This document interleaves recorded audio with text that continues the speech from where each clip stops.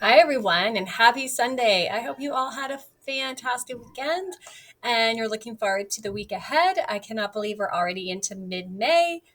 I do not know where the time is going, and truly I do not. But here we are in week 13, May 8th to the 12th.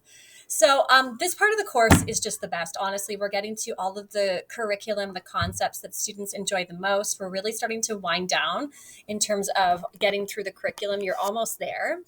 We have one major project left. So that's the motivation project next week, which is going to take you to interview a mentor or someone in your life in a position of influence. But that's next week.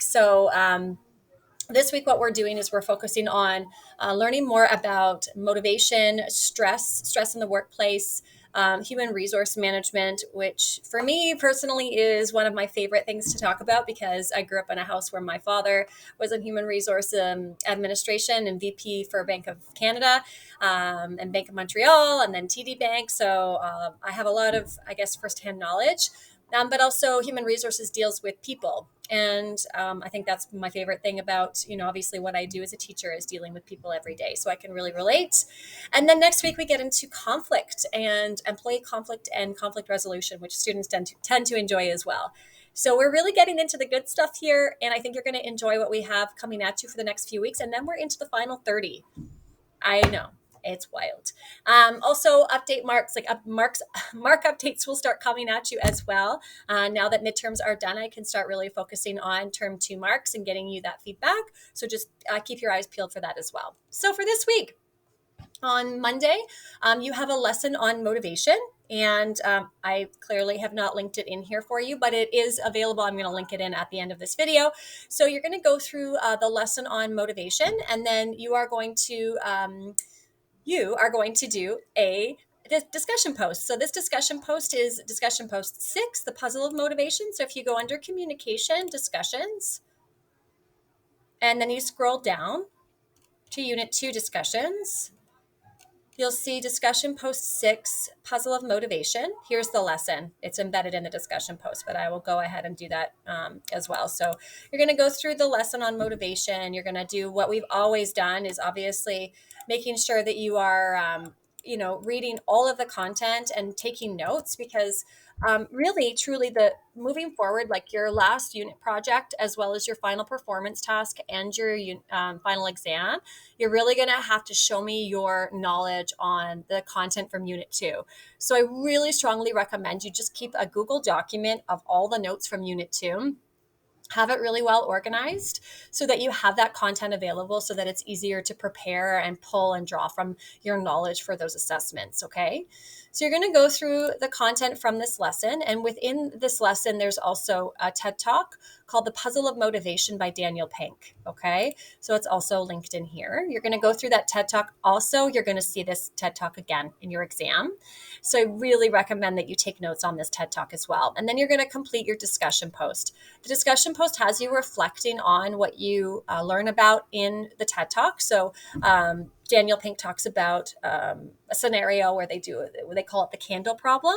And it really just talks about what we call contingent motivators and sort of what motivates us and what we may think motivates us, but actually doesn't.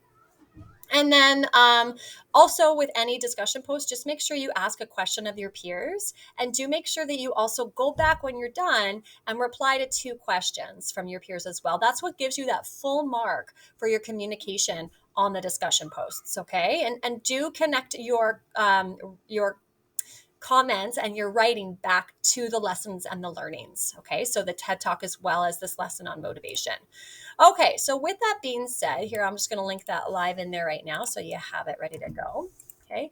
On Tuesday, you've got another lesson on workplace stress. So once again, you're going to go through the lesson, learn about stress, use stress, what motivates us, how stress influences our motivation, how you manage your stress. You're going to watch a TED Talk called How to Make Stress Your Friend, which is also kind of another way of looking at stress because especially in our world and our climate today, with mental health being sort of at the forefront of all of our conversations, it's important to recognize that stress is actually normal, or a certain amount of stress is normal and actually can help us in our performance. It's just when that level of stress kind of like hinges on it being detrimental to our overall mental wellness, that we get to start having those conversations about how it actually can hurt us. So it really depends. It's all exists within a spectrum, so we're going to learn about that. There's also two articles embedded within the slide deck for you to read and review as well.